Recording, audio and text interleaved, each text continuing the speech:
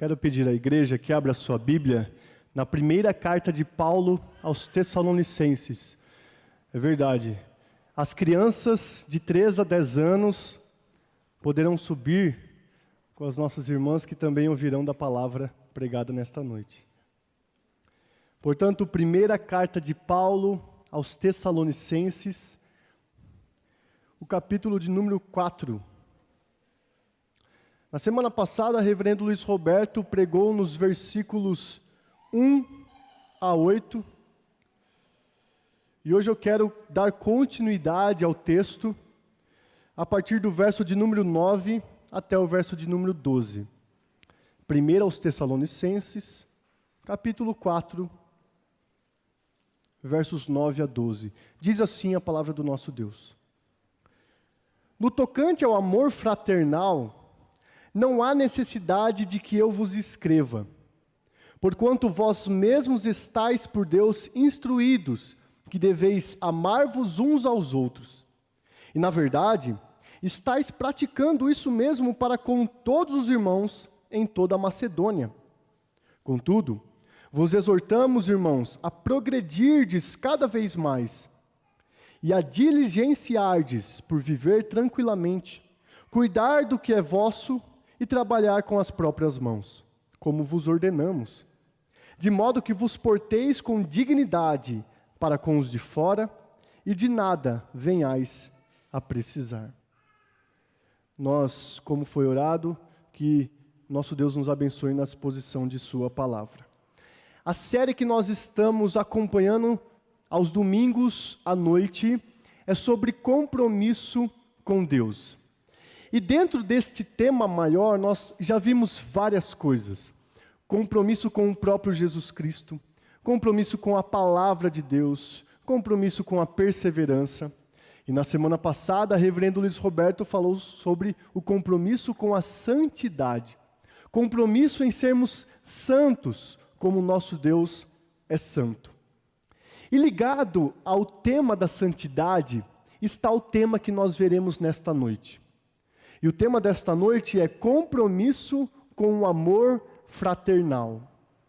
De fato, uma vida que busca se santificar, alguém que vive em santificação, tem um compromisso com o amor fraternal, com o amor entre irmãos, com amar o seu próximo. E hoje nós veremos que se comprometer com o amor fraternal é, em primeiro lugar, crescer em amor. Em segundo lugar, desejar viver tranquilamente. Em terceiro, cuidar de suas atividades. E quarto, trabalhar com suas forças. Sim, hoje nós veremos que trabalhar é um ato, um gesto de amor ao próximo.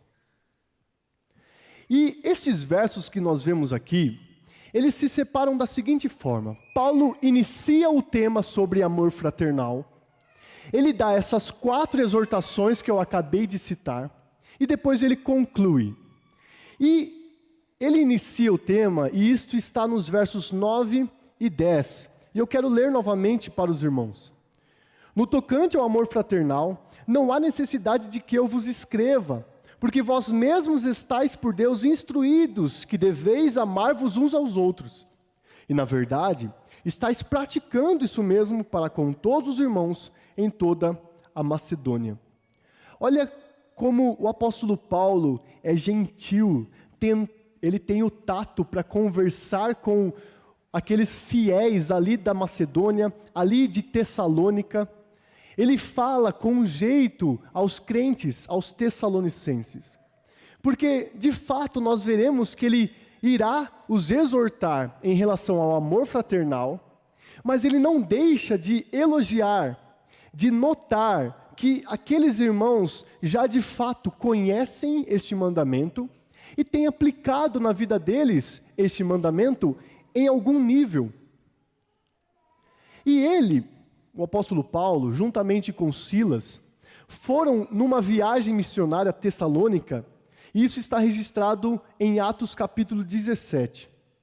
Só que, enquanto eles estavam lá, houve muita perseguição dos judeus, Os judeus começaram a bagunçar todo o ambiente, acusando eles de que estavam sendo errados ou pregando contra César, o imperador romano. E por causa de todo aquele ambiente hostil gerado pelos judeus, Paulo e Silas foram obrigados a fugirem de Tessalônica. E lá eles deixaram uma comunidade amorosa, uma comunidade afetuosa. Eles tinham para aqueles irmãos, eles nutriam para com aqueles irmãos amor e carinho. Mas por conta dessa perseguição eles precisaram sair de lá. Só que Paulo não queria deixá-los desassistidos. É por isso que, como está registrado na primeira carta aos Tessalonicenses, no capítulo 3, Paulo envia Timóteo. E Timóteo, quando é enviado e volta para Paulo e Silas, volta com boas notícias a respeito daqueles irmãos. É por isso que o apóstolo Paulo pode dizer, no tocante ao amor fraternal, não há necessidade de que eu vos escreva, porque vocês sabem o que vocês devem fazer e vocês de fato estão praticando isso. Portanto, o apóstolo Paulo tinha informações privilegiadas acerca daquela igreja e, portanto, ele sabia do que ele estava falando. Aqueles crentes em Tessalônica continuavam firmes na fé, dedicados no amor e esperançosos em Cristo Jesus. Só que, quando o apóstolo Paulo diz que não há necessidade de escrever a eles sobre o amor fraternal, elogiando de fato aquela prática amorosa entre eles, há um princípio muito importante para todos nós aqui, quando Paulo faz isso, sobretudo aqueles que estão investidos de autoridade em algum contexto ou até mesmo na igreja. Um primeiro aspecto, uma primeira lição importante que nós vemos aqui nesses dois primeiros versos, no verso 9 e no verso 10, é que elogiar é importante. Falar bem faz bem. É importante nós, quando formos abordar um assunto delicado, exortarmos alguém, de fato, aquilo que pode ser elogiado, aquilo que é notório na prática de alguém, pode de fato ser destacado, como o apóstolo Paulo assim o fez.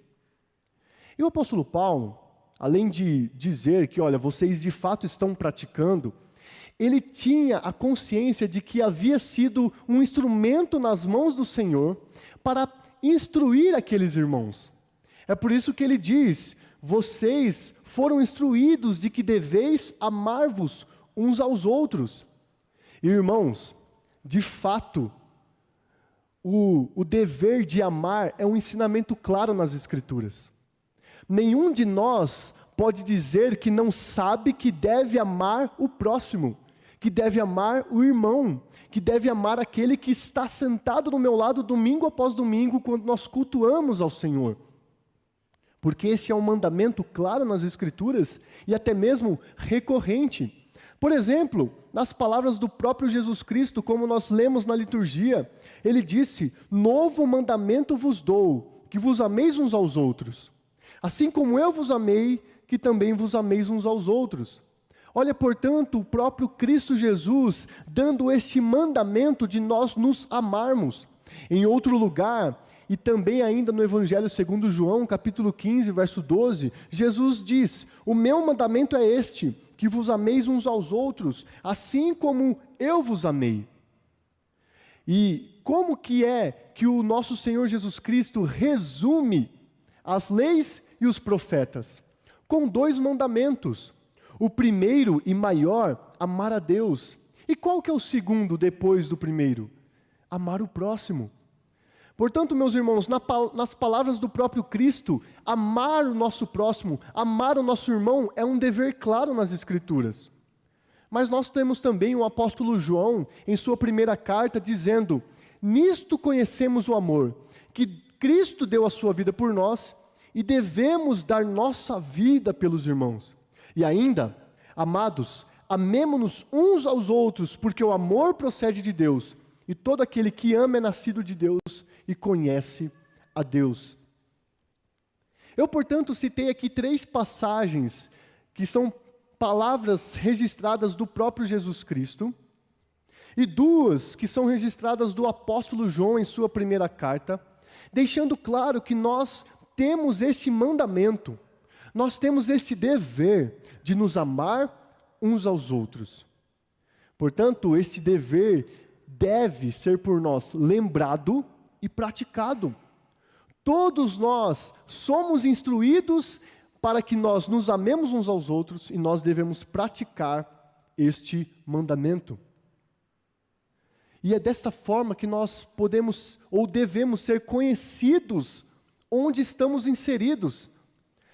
Olha o que o apóstolo Paulo diz no verso 10.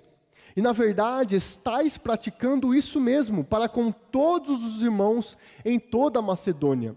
Meus irmãos, era conhecido naquele contexto o amor dos tessalonicenses. Toda aquela ampla região sabia como aquela igreja se amava, sabia como aqueles irmãos se tratavam.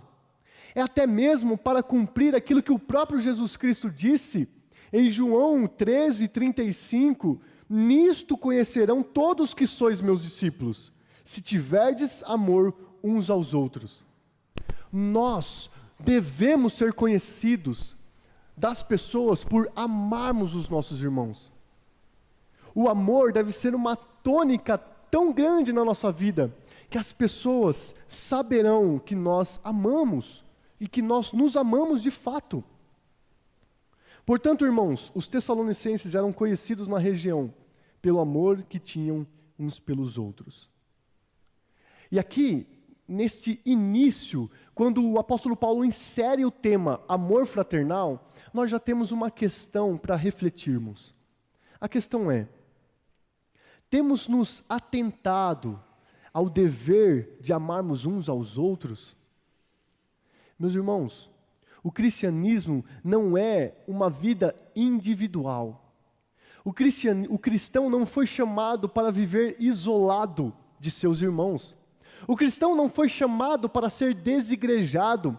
O cristão não foi chamado para simplesmente consumir uma agenda cristã e não se relacionar com seus demais irmãos. Na verdade, nós devemos ter relacionamento com nossos irmãos da igreja. Devemos desfrutar de amizades dentro da igreja.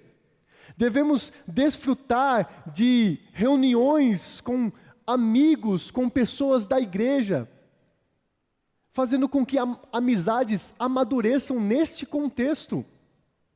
Como é ruim e como é triste, meus irmãos, ver que por vezes pessoas da igreja têm mais afinidade com pessoas de fora da igreja.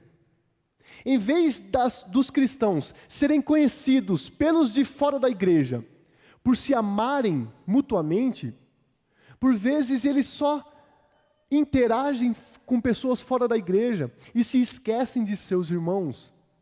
Ah, meus irmãos, é um dever de todo cristão amar o seu irmão.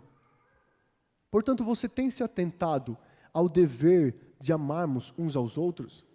E você tem sido conhecido no ambiente no qual você está inserido por amar as pessoas, por amar o próximo, por amar o seu irmão?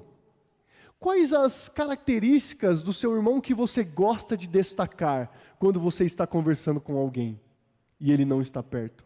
Será que são aquelas que justamente te irritam, te fazem zombar dele? Ou de fato você pretende ou tem o costume de falar bem de seus irmãos?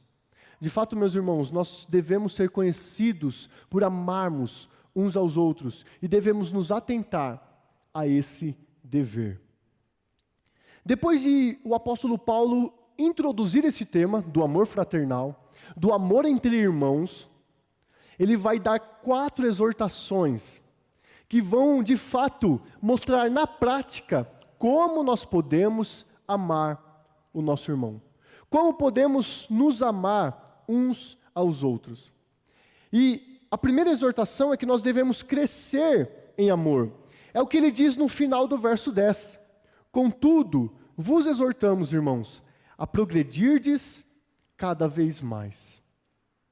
Irmãos, o que vocês fazem quando precisam renovar as energias ou renovar as ideias para continuar num projeto, para permanecer numa faculdade, para ter um pouco mais de paciência no trabalho, para perseverar num relacionamento?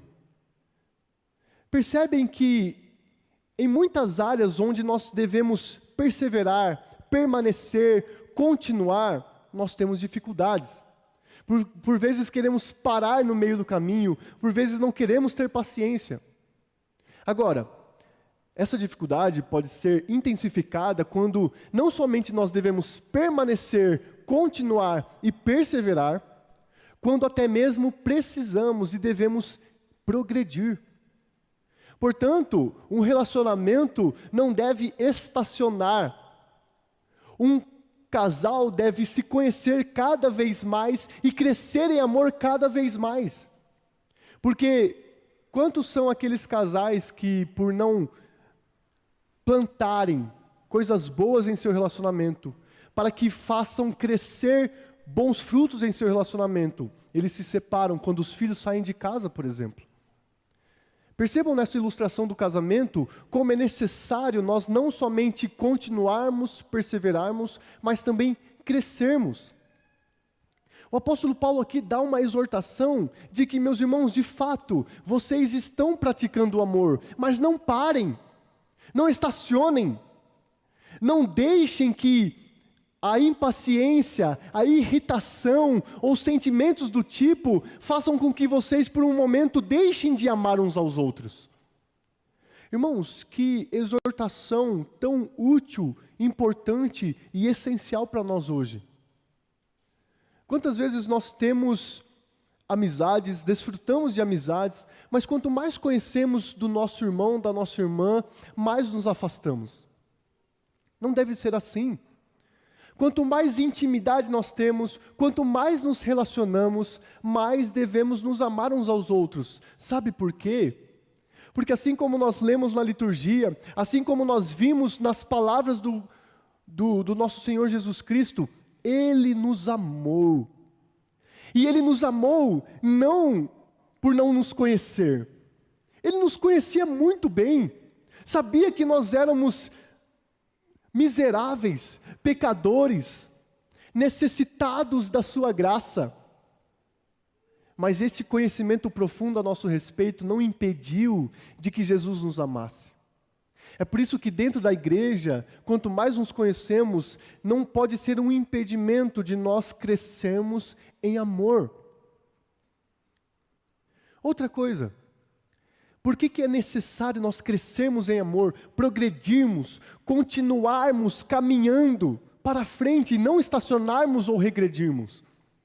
Porque o nosso nível de amor ao nosso próximo não é comparado ao irmão que está do meu lado, a outra igreja da cidade, a outros irmãos de outra cidade, não.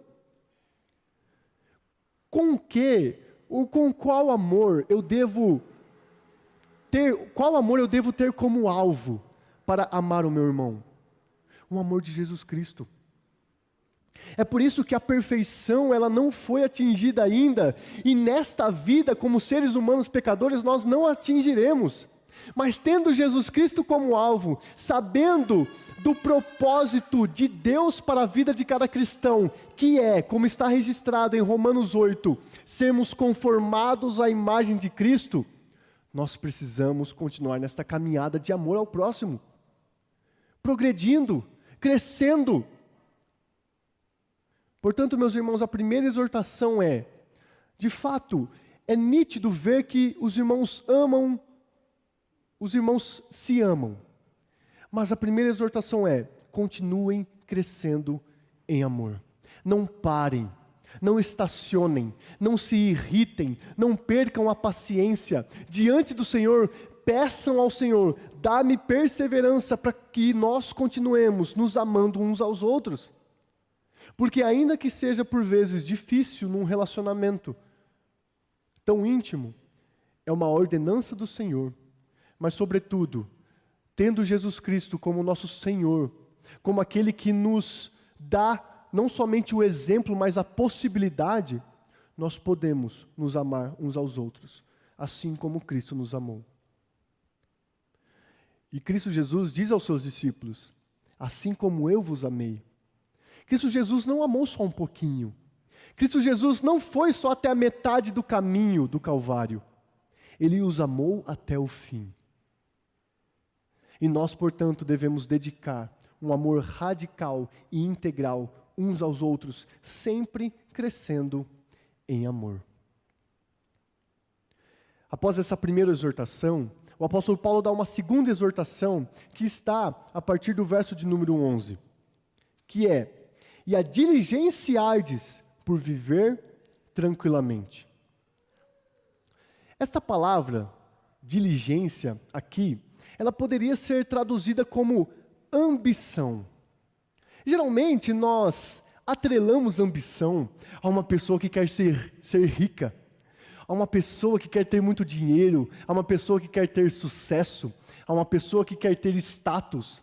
Não é verdade?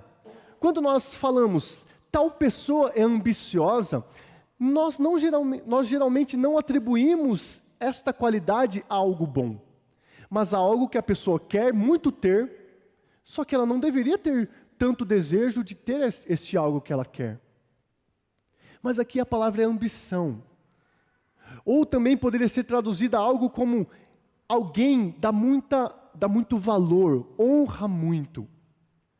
O que o apóstolo Paulo está dizendo aqui é que nós devemos desejar fortemente ter uma vida tranquila. O que isso significa?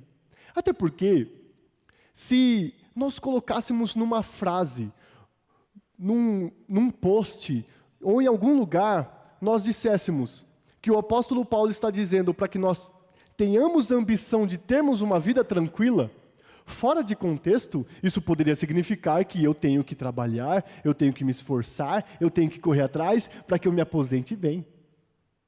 Mas a verdade não é isso que o apóstolo Paulo está falando. Ele não está falando de status, de sucesso ou de vida financeira. Ele está falando, na verdade, sobre uma inquietação que estava atrapalhando a vida daqueles irmãos e os atrapalhando a se amarem. E essa inquietação, meus irmãos, estava sobretudo atrelada à volta de Cristo. Inclusive, a partir do verso 13 do capítulo 4, é sobre isso que o apóstolo Paulo vai falar aos Tessalonicenses. Portanto, irmãos, esta inquietação daqueles crentes estavam atrapalhando eles se amarem. Eles pensavam que, ou melhor, estavam quase que garantindo que Jesus Cristo voltaria enquanto eles estivessem vivos. De fato, a volta de Cristo está próxima. Mas quem de nós pode garantir que Ele voltará em minha geração? Nós não temos como garantir isto. Só que este anseio, esta espera daqueles crentes estavam deixando eles inquietos, a ponto de deixarem de fazer algumas coisas que eles necessitavam continuar fazendo, como, por exemplo, amar o próximo. Muitos estavam se isolando, ou se colocando numa posição de arrogância. Eu compreendi o Evangelho. Afinal, eles estavam num ambiente de gentios, de gregos, de não-judeus e, portanto, de pessoas que adoravam tantos outros deuses. E alguns poderiam pensar, Jesus está tão próximo, que eu vou ficar aqui. Eu já consegui a revelação da graça de Deus, eu já sei que Ele voltará, Ele é o meu Senhor e Salvador, eu vou viver para mim mesmo. Aquela inquietação em relação à volta de Cristo estava atrapalhando o amor ao próximo entre aqueles irmãos. É por isso que o apóstolo Paulo diz: desejem se aquietarem, ou desejem fortemente ficarem calmos, se tranquilizarem. É isso que o apóstolo Paulo está falando. Ou, num paradoxo, a gente poderia colocar que o apóstolo Paulo está admoestando os tessalonicenses a se inquietarem por uma vida quieta. Eles precisavam se preocupar não com coisas, mas precisavam se preocupar em ficarem calmos, em se aquietarem. Não é isso que o próprio Deus nos diz através do salmista? Aquietem-se, saibam que eu sou Deus. Aqueles nossos irmãos, portanto, precisavam querer ou desejar fortemente o alvo da aquietação, da calmaria, da tranquilidade. Eles deveriam ter como alto valor uma vida tranquila, uma vida pacífica. Alguém que sabe sim que Jesus Cristo está voltando, que nesta vida eu tenho muitos sofrimentos, muitas lutas, mas eu estou em paz. É a essa paz que o apóstolo Paulo está exortando e admoestando aqueles nossos irmãos. Desejem fortemente ficarem em paz. Porque de fato, meus irmãos, quando alguém está muito inquieto, é difícil até conversar com essa pessoa. Quando alguém está muito inquieto com algo, essa pessoa não para de balançar a perna, essa pessoa não olha fito nos seus olhos, ela não para de pensar em outra coisa, ela não dedica tempo de qualidade entre irmãos para amarmos uns aos outros. Ela fica louca em seus afazeres, em suas atividades, por achar que tudo é muito, o tempo está louco e o tempo vai passando muito rápido e eu preciso fazer as minhas coisas rapidamente. Mas a exortação que nós temos para nós hoje é que uma das formas de nos amarmos uns aos outros é desejarmos nos aquietarmos. Portanto, aquietem-se, meus irmãos. Fiquem calmos. Jesus Cristo de fato está voltando, esta é uma garantia para nós temos de fato que ansiar isso, desejar a volta dele. Mas enquanto ele não volta, nós temos aqui irmãos para amar. E nós também somos amados por esses nossos irmãos. Depois do apóstolo Paulo dizer, cresçam em amor e desejem uma vida tranquila, há uma terceira exortação que ele diz, ainda no verso de número 11. Ele fala o seguinte, cuidar do que é vosso. Algumas expressões aqui, parece que o apóstolo Paulo, de fato, conhecia aqueles irmãos. Porque se eu disser para qualquer um, olha, cuide da sua vida, essa pessoa pode ficar um pouco ofendida. Ela vai achar que, olha, você está me ofendendo porque você acha que eu estou me intrometendo na sua vida. Mas, de fato, o que o apóstolo Paulo está dizendo é o seguinte, olha, cada um deve tomar conta da sua vida. Deve cuidar do que é seu, mas há um significado bíblico para que nós não sejamos intrometidos. E aqui é necessário diferenciar alguém que se importa com o irmão e procura saber como ele está, procura saber como está a sua vida, está seu casamento, está seu trabalho, procura carinhosamente, se importando com seu irmão, saber de sua vida. Isso é uma coisa. Outra coisa é alguém intrometido. E eu quero voltar àquilo que eu estava dizendo, que aqueles irmãos estavam inquietos pelo quê? Pela volta de Cristo. E muitos deixavam de fazer o que deveria fazer. Inclusive, cuidar da sua própria vida. Inclusive, trabalhar. Inclusive, se apegar em seus afazeres, em seus relacionamentos, cuidar de si, cuidar da sua casa, cuidar de sua profissão. Muitos pareciam mais desejosos de se intrometer na vida alheia, por quê? Já que Cristo está voltando, eu não tenho muito o que fazer mais. Ele vai voltar daqui a pouquinho. Deixa eu ver o que está acontecendo. Ainda bem que não tinha rede social naquela época, né? Mas infelizmente ela chegou e a gente consegue se intrometer muito facilmente na vida de nossos irmãos. A verdade, meus irmãos, é que alguém intrometido, alguém que se intromete nas coisas alheias, é por falta do que fazer. Por exemplo, o sábio Salomão disse o seguinte, está registrado em Provérbios 26:17, quem se mete em questão alheia é como aquele que toma pelas orelhas um cão que passa. Quando eu li esse provérbio, estava estudando essa passagem, E aí eu pensei, o que eu vou falar aos irmãos? O que significa pegar um cão pelas orelhas? Você já tentou fazer isso? Pegar um cão pela sua orelha é pegar uma parte tão sensível do cão que é muito provável que você leve uma mordida. Experimente. Não, brincadeira, não experimente fazer isso. Pegar um cão pela sua orelha é você se colocar em risco. Você se intrometer em algo que você não foi chamado. Deixa o cãozinho quietinho. Quando Salomão diz isso, ele diz num contexto onde os cachorros não eram tão domesticados assim. Eles, na verdade, há um termo que um comentarista fala, eles eram semi-selvagens. Ou seja, eles eram muito mais bravos do que aquele cachorro que você leva para tosa, para tomar banho. Eles eram muito mais furiosos do que esses cãezinhos. Portanto, o que Salomão está dizendo é que aquele que quer se intrometer na vida do outro, ele vai se machucar, vai se ferir, ele vai desnecessariamente se colocar em risco. Por quê? Vai buscar o que fazer e não ficar se intrometendo em coisas alheias. Aquele que é intrometido, aquele que confronta sem contexto, aquele que quer dizer que é sincero, mas não se utiliza de palavras e tom correto, ele experimenta desnecessariamente emoções negativas de seus irmãos. Irmãos, há hora, lugar, palavra e tom corretos para nós nos importarmos com os nossos irmãos, perguntando a eles como eles estão.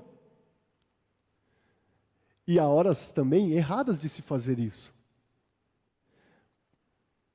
A exortação que o apóstolo Paulo, portanto, nos dá é para que nós não sejamos intrometidos, a fim de não gerarmos hostilidade no meio da igreja, a fim de não gerarmos um ambiente ruim, desnecessariamente, a fim de não experimentarmos um coice, uma grosseria do nosso irmão, que a gente vai ficar remoendo durante o ano inteiro.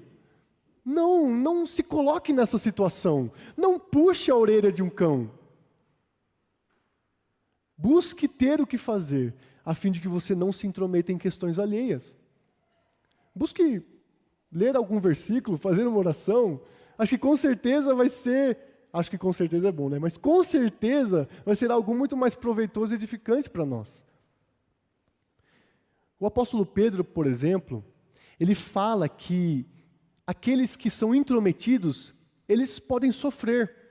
E ele deseja que os crentes não sofram por serem intrometidos. Em sua primeira carta, no capítulo 4, no verso 15, ele diz: não sofra, porém, nenhum de vós como assassino, ladrão, malfeitor, ou como quem se intromete em negócios de outrem. Repare, o apóstolo Pedro ele não está comparando um intrometido a um assassino, ele não está dizendo que a pena é igual. Mas ele está dizendo que um assassino, um ladrão, eles vão sofrer consequências dessas atitudes. E um intrometido também. E ele está dizendo para aqueles irmãos o seguinte, que vocês não sofram por isso, não. Que se vocês forem sofrer, que seja por causa de Cristo. É isso que o apóstolo Pedro nos fala. E é isso que nós temos como ensinamento para nós diante dessa exortação do apóstolo Paulo.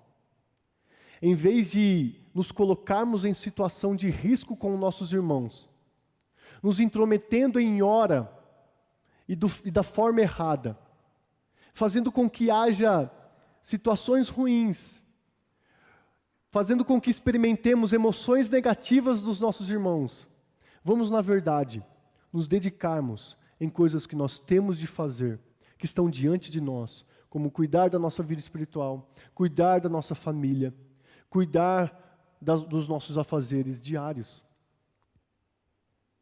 E é por isso que o apóstolo Paulo vem com uma última exortação. E ainda no verso 11 ele vai dizer: e trabalhar com as próprias mãos, como vos ordenamos. Aqui, mais uma vez, há a necessidade de nós explicarmos o que significa trabalhar com as próprias mãos. Após o apóstolo Paulo falar, cresçam em amor, desejem uma vida tranquila e também cuidem de suas atividades, ele vai falar, trabalhem com suas forças ou com suas próprias mãos. Trabalhar com as mãos, nós precisamos entender que naquela época havia muito mais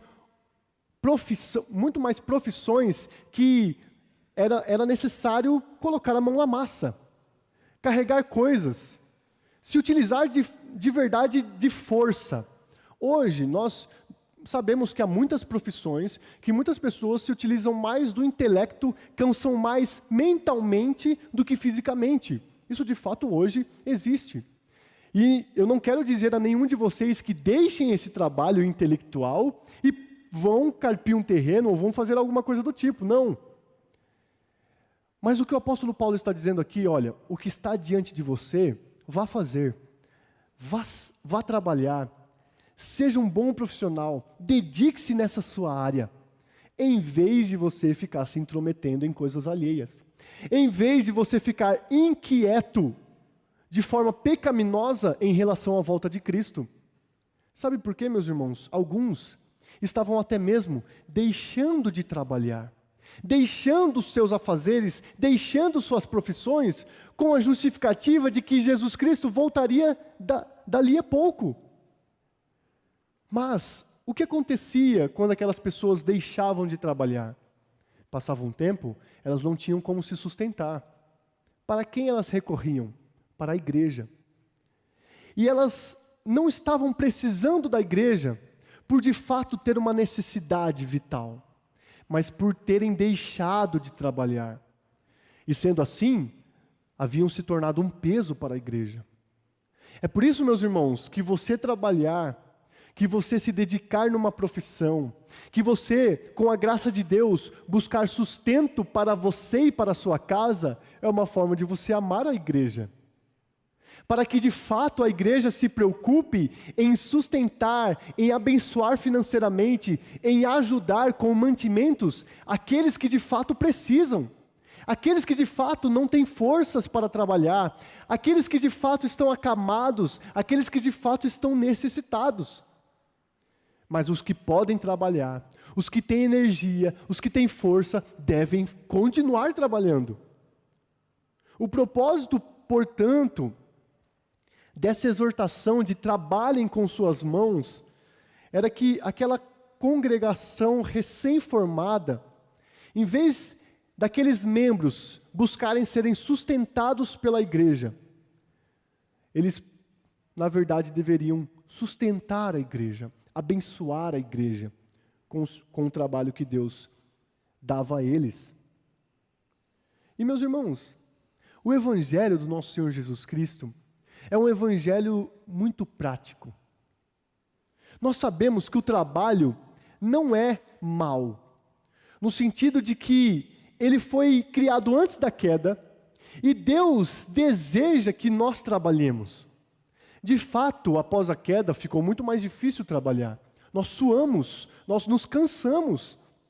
Mas o trabalho em si é algo desejado por Deus, assim como, por exemplo, a união matrimonial.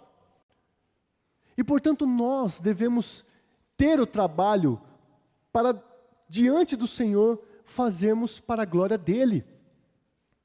Ou como Salomão disse, tudo quanto te vier a mão para fazer, faze-o conforme as tuas forças. O que Salomão está dizendo é que a gente não pode ficar retendo a mão, preguiçoso. Eu vou fazer só um pouquinho. Quantas vezes, nesse home office que nós enfrentamos, a gente trabalhava 10 minutinhos e falava, agora eu posso descansar uns 5 minutinhos, né? Aí depois mais 10 minutinhos, eu vou tirar mais um tempinho para descansar. Irmãos, este mandamento, esta exortação do apóstolo Paulo é para que nós nos dediquemos em nossos afazeres, em nossas atividades, a fim de fato, para que testemunhemos que Jesus Cristo é o nosso Senhor e que trabalhamos para Ele, nós o servimos em todo lugar onde nós estamos inseridos. Salomão, em Provérbios 14, 23, diz o seguinte, em todo trabalho há proveito, meras palavras, porém, levam à penúria. Uma pessoa pena, uma pessoa sofre quando ela só fica falando, quando ela fala demais, em vez de trabalhar. E infelizmente era isso que estava acontecendo com aquelas pessoas. Falava-se muito da volta de Cristo, Jesus Cristo está voltando, Jesus Cristo está logo aí, mas não havia trabalho em muitos daqueles irmãos. Eles negligenciavam o trabalho. E em outro provérbio, vai dizer o seguinte: quem é negligente na sua obra, já é irmão do desperdiçador. Portanto, a preguiça, a ociosidade, o ficar sem fazer nada, é um desperdício diante do Senhor. Nós, diante do Senhor, devemos, na verdade, trabalharmos com nossas forças, nos dedicarmos como se fosse para o Senhor em nosso trabalho. E isso, de fato, vai redundar ou vai resultar em amor ao próximo. Irmãos, nós vimos que o apóstolo Paulo fala sobre o amor fraternal. Ele fala que isso é nitidamente ou claramente nas Escrituras um mandamento, é um dever do crente. Ele fala que aqueles cristãos estavam sendo reconhecidos por esse amor, mas depois ele fala a respeito de algumas coisas que eram necessárias serem faladas. 4 exortações: cresçam em amor, desejem viver tranquilamente, cuidem de suas atividades e trabalhem com suas forças. Todas essas exortações, se praticadas, elas resultariam em amor ao próximo. Trabalhando, nós podemos abençoar a vida de nossos irmãos. Nós podemos abençoar a vida da igreja.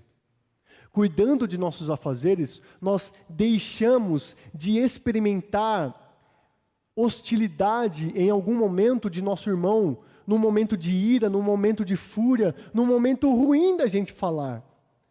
Porque não ser intrometido é de fato uma bênção.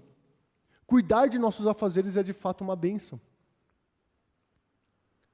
Também, nós desejarmos a aquietação, a calmaria, nos ajuda a focarmos em coisas necessárias, como, por exemplo, amar ao próximo. Quando eu estou muito inquieto, eu não me preocupo com o meu irmão, porque eu já estou preocupado demais. Quando eu estou muito inquieto, eu não quero saber das necessidades do meu irmão, porque eu já tenho necessidades demais. Quando eu estou muito inquieto, eu não tenho tempo para os meus irmãos.